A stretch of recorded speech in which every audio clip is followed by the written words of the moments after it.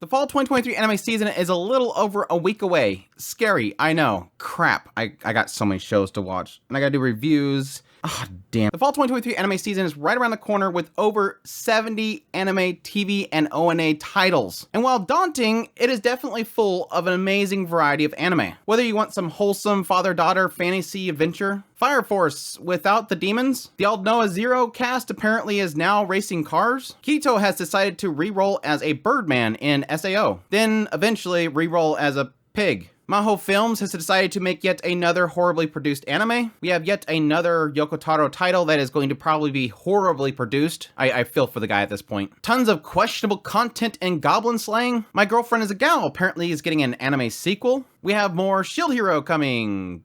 God, I hope it's good this time. We have a blood-sucking NEET. Train Girls, Train Girls, Train Girls. More Best Daughteru Anya, and hopefully some actual Yor this time. NFT advertisements are coming back. More Atomic Edge Boy. Oh, and that age gap show that's probably gonna trigger a few people. And with a lot of shows does come a lot of shows that are very shrug.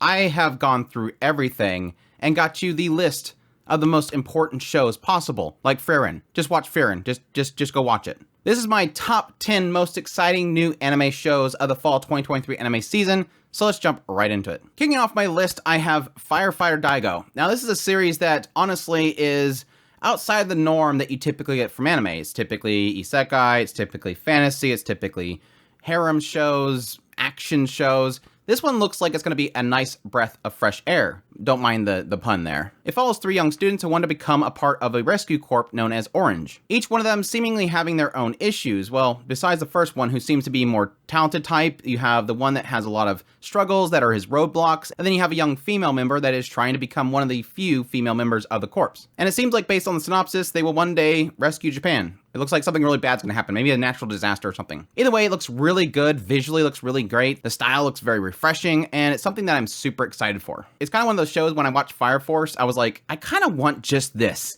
Just going out to places and rescuing people, not the demon stuff. Not that Fire Force is bad, just that it kind of gave me a craving for that. Moving on to my next one, I have Migi to Dali. This one looks so freaking weird. It looks so weird. It's honestly one that I was sort of interested in just because it looked kind of weird when it were early announcements of it, and then later on found out that it's from the creator of Haven't You Heard I'm Sakamoto, which, rest in peace. But after I watched this recent trailer, I'm super intrigued by this show. It just looks odd. There's something super weird about it. Yes, technically it's in the 2 characters that are extremely weird looking. They just have like a very creepy atmosphere about them. But the PV kind of gives me the sense that there's like this really interesting story underneath here. The synopsis is kind of simply this idea of this boy who's now living with these 2 people that weren't able to have children of their own. And there's this secret that he's keeping in order to keep that happiness about him. In order to not lose this haven they've kind of discovered, they have to keep something a secret. But the PV kind of gives a sense that they're going to be going to different families. And I don't know if in putting themselves into there with some sort of power or solving mysteries. Again, it's very weird looking, and I absolutely adored Sakamoto, so I have a lot of hope for this story overall, and yes, it's creepiness. But my next one is kind of a personal thing for me. Youth Story of a Family. Now this one basically follows 4 brothers who just live their lives together, having issues, crying over things, struggles, excitements about their lives together. Now, at first I was kind of going, man, this could be like a Minami K kind of situation with just kind of siblings living together and then shenanigans kind of happens. But the PV definitely looks a lot more wholesome than Minami K was. It's got a good style to it, and I'm just really hoping that it kind of hits on that aspect of brotherhood, which me personally, having only 2 brothers, is definitely something that I can relate to. Next, yes, I could not go a list without having a several hundred-year-old vampire. The Vexations of a Shut-In Vampire Princess. Now, this is one that, honestly, when I first heard about it, I was pretty darn excited about it, but unfortunately, over time, I've sort of settled down on it. The PV, while pretty solid, didn't really get me super hyped for it, but I'm still excited for it. It follows a vampire that's been a shut-in for 3 years, and it seems like they refuse to drink blood, so it's made them, like, super weak. But she's not able to stay a shut-in for very long as she's assigned to run an actual army, and that army is full of ruffians that at the first sign of weakness, they will rise up. So she has to kind of show herself as being powerful and strong, despite the fact, again, that she's incredibly weak and wants to be a shut-in. The PV, like I said, kind of brought my excitement down a little bit just because it looks like it's just going to be nothing but action and fighting, but I'm hoping that it still is kind of held together by a really strong cast of characters. Because again, gotta have my lolly vampires. For the next one they have is Shy. Now, Shy is a series that when I first seen that it was getting an adaptation, I was like, that sounds interesting. I would like to check that out. But I was completely sold after I watched the PV on this one. It's basically in a world that has finally found peace, and each different country has different superheroes with super abilities that are able to keep peace amongst them. And our focus goes into Japan, where their superhero is Shy. It's a young girl who is extremely shy, which is kind of funny because her superhero outfit is quite revealing. But the reason why I became sold on the show the moment I seen the PV was because I just like how they kind of portray the main character. Yes, it's kind of that concept of the underdog, the girl that you want to root for, but it's more so in the idea of how much she's trying really hard in order to be that hero despite her own issues. It definitely kind of fuels that desire to root her on when she's trying so hard to push herself. Additionally, we have a really fantastic director, the director that worked on Astro Lost in Space, Hakume Tomikochi, and Scum's Wish. He's a really talented director, and I really hope that they can pull something really great off with this show. Just hopefully they keep the manga panels out of it like they like to do with things like Scum's Wish. I just don't care for it. I just don't think it's a good style. For next one I have is Under Ninja. This one has been like, when are they getting this? It's finally coming. It took forever, but we're finally getting Under Ninja.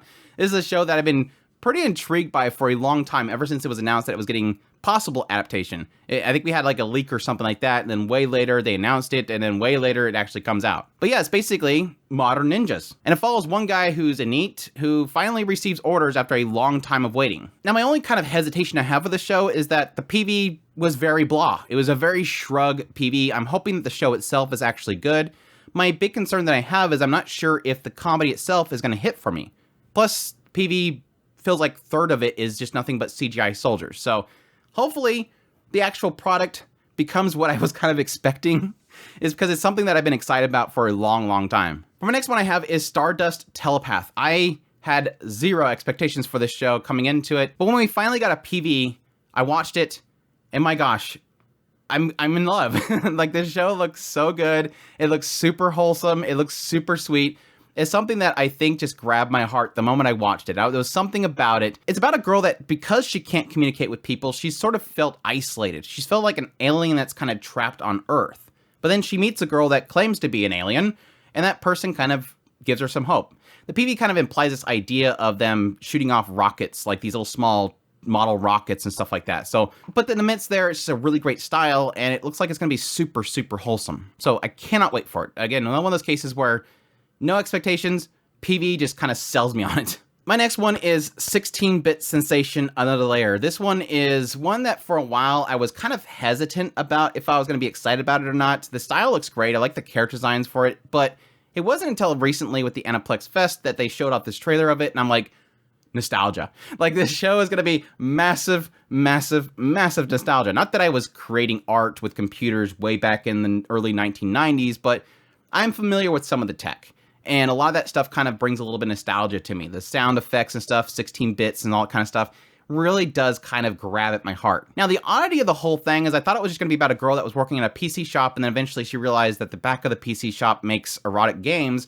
But in actuality, it seems like based on the PV, it's a girl who is drawing in our modern times with a tablet and everything that gets kicked back in time to the early 1990s. And that's the point in which she gets pulled back and she starts making games, but unfortunately making Aero games. And apparently it's her first time ever making R18 art. But either way, like I said, just the PV itself just oozes nostalgia. It just really feel like these people are trying to hit on that time period, and every bit of it just kind of just hits me right in the heart. And I just cannot wait for it. Great looking characters. There's a couple characters that I'm not too sure about, but overall, I'm super on board. This looks super fun, looks super cute. And I just love to, again, see that kind of insight into older technologies and how they made these old visual novels back in the day. Because it was a completely different time back then, and how they made the art and how they input it and everything. It could be one of those really cool ways of sort of seeing inside of the industry, even if it is an older industry. Now we get into my last two. Literally, when I was putting together my list, it was like these two were immediately in the list. The rest of it is stuff that I had to kind of think about. My top two is literally the two most excited shows that I have for the fall season. The one in second place for me is the Apothecary Diaries. This one, when I seen the first PV for it, I was absolutely hooked. One, yes, because Aoyuki is the main girl, and Andrew really, really loves Aoyuki. But the second was because it looked absolutely gorgeous. Visually, the colors and everything absolutely popped. And again, it's kind of like a period piece drama that I eat up. Like Raven the Inner Palace, stuff like that I just love to see this kind of look into the past. It essentially follows a girl who's living peacefully with her apothecary father, and then one day she's sold off to the Emperor's palace. She becomes a servant there, and then eventually the Imperial heirs become ill, and she steps up to try to find a cure for it. And it kind of apparently follows this as just different little medical mysteries that she's working to kind of solve. But again, it looks gorgeous. The main character looks fantastic. Cannot wait to see her journey and her struggles. Plus, Kevin Pinkin's doing the music for it, which that's excellent. Kevin Pinkin, who's done music for things like Made in Abyss, he's absolutely talented. Cannot wait to see what kind of work he does for it. And yes, we also have the director behind Ancient Magus Bride, which is great as well. But through and through, super excited for the Apothecary Diaries. Cannot wait. And finally, yes, easily my most anticipated, most excited show of the fall 2023 anime season is Frieren Beyond Journey's End. I could not be more excited about the show. When I first heard this was getting an adaptation, I went and jumped into the manga and read pretty much the first 2 technical arcs, and I loved it. It made me cry, and I cannot wait to see this adapted. And then we got the trailers for it, and the trailers looked gorgeous. Madhouse is just pulling all the stops out. They are just going bananas with this thing. We have the director behind Bocchi the Rock is working on it, which, my gosh, he's incredible. He's pretty much one of those directors that goes the extra step. Easily just goes that extra step that so few directors do. On top of that, it has a 2-hour-long premiere to kick things off. There's rumors about it going 2 cours, which we haven't had confirmed yet.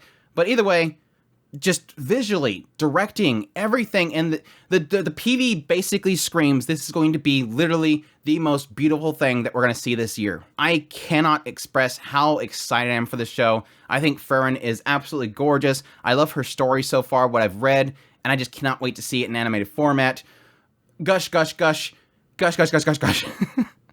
Everything about this screams, I'm going to absolutely love it. For those who don't know, the super basic level synopsis for this, because I don't want to even hint at a spoiler here, is that you have this party that defeated the Demon Lord. One of the members, the main character, is an elf. And after they defeat the Demon Lord, everybody kind of goes their separate ways. And the elf, Frieren, decides to go on a journey herself. And it's a lot about this elf sort of discovering a lot of things that she doesn't understand. A lot of aspects of humanity, emotion, and stuff that she's never really discovered before. And yes, sort of seeing the signs of the great achievements that they made along their journey. Again, through and through, super excited about the show. Looks gorgeous, amazing music, amazing directing, 2-hour-long premiere. Gush, gush, gush, gush, gush. Go watch Frieren. I could not be more excited for it. The only odd thing about the PV so far is that I have yet to see Frieren get stuck inside of a mimic, which apparently is an ongoing joke. And that's it. That's my top 10 most excited shows for the fall 2023 anime season. For honorable mentions, I have A Girl and Her Guard Dog, and I'm really kind of excited for that just because I want to see the controversies. There's like a show every season where I'm like, that's going to be the one that just triggers people, and I want to see how dumb they react to it. That's really all I'm looking forward to. Tear Moon Empire, I was super excited about this when it first got announced, but when I watched the PE for it, my excitement levels kind of dropped. This concept of this princess that apparently at some point made people too angry, so they execute her, and then she goes back in time and she has to stop herself from getting executed. But like I said, she's super cute, but at the same time, the PV just kind of looked very shrug. I'm definitely interested in Daughter Left the Nest and became an S-rank adventurer, but unfortunately for that one, the PV, the female character, the daughter, she looks a bit too combative, and I think that might get old, but we'll see. It looks kind of wholesome with the idea of the father and his daughter and her becoming S-rank adventurers, and she's probably super OP or whatever. Undead Unlock looks incredible with the PVs, super action-packed and super bonkers. At the same time, I'm a little hesitant on getting excited about it because it doesn't look like there's much else besides that to it, just really good action and animation. 100 Girlfriends who really, really, really, really, really love you. I'm sort of excited for this one. The girls look super cute and the PV looks fun, but at the same time, there's a lot of these shows, I've been burned a little bit too many times recently with these types of shows, so I'm kind of very hesitant on it. God App, I'm excited for it for Yoko Taro. At the same time, it doesn't visually look good, so we'll see. It might be one of those really badly CGI anime that is carried by its story because, again, near Yoko Taro, Hopefully, it's got a really good story behind it. I'm in love with the villainess. I'm excited. It looks silly, but might be a little bit generic. Shangri-La Frontier looks super wild. Again, kind of like Undead Unlock, this idea of super crazy action, but I'm not sure if it's going to have much substance beyond the action, but we'll see. Mismatched Witches looks super silly bonkers. I'm kind of excited about that one. We got more Idolmaster coming, which more Idolmaster, I'm on board. And then finally, I Shall Survive Using Potions. Now, this one, I like the concept of it. I really like my isekai female lead type of shows, like 80,000 Gold. But at the same time, the PV again wasn't too exciting. But we'll see how fun it is with the concept of having potions that literally do anything they want them to do. And of course, yes, I'm excited for returners like Spy Family. Hopefully, again, Yor gets to do something assassination type, like your actual job. It's like the one hang up I have is let Yor actually do her job. Goblin Slayer, of course, I'm super excited for. I've actually read quite far into the manga itself, and it's got some crazy stuff coming up. Eminence in Shadow, looking forward to that coming back. I actually covered that weekly back when the first part actually aired, and I enjoyed it. I'm hoping for more Shadow Garden, which was actually the part that I really liked. Faraway Paladin, super excited for that to come back. I really felt like the first season was just kind of a prelude to the actual story, and it looks like it's going to get even more crazier. Of course, excited for Dr. Stone to come back so we can finally get a continuation of that story. Girlfriend, because why not? It's dumb. And finally, yes, Saint's Magic Powers Omnipotent. My gosh, I love that show, and I'm so happy that it's getting a second season. I literally never wanted to believe that it actually is happening in case it got canceled. I really loved the first season of it, and was super shocked that that was getting a second season, and I cannot wait for it. I adore Saint's Magic Powers Omnipotent. That's it. That's all I'm gonna go through. I think I probably covered almost all 70 shows of the season coming up, but hopefully that kind of helped some people narrow it down to some ideas of some things to check out. But I hope you guys enjoyed this video. As always, if you did, make sure that like button down below, comment. Let me know what you're most excited for the fall season. Again, we still technically have like Helk and Dark Gathering and Jujutsu Kaisen still continuing on to the next season, so it's just a crazy season coming up. Additionally, as per usual, the Otaku Spirit Anime Cast, our podcast, will be covering all the shows of the season, so if you want a podcast way of consuming every single thing that's coming up, we go through the synopsis, the names, the studios, who's working on it, all this kind of information that might help you make a decision if you want to actually look at every single one of them. This is sort of the easy to consume version. Additionally, if you like this content and you want to support the channel more, I have a Patreon link, tips link, super thanks, membership button down below. Greatly appreciate it, but it supports the channel, and y'all take care.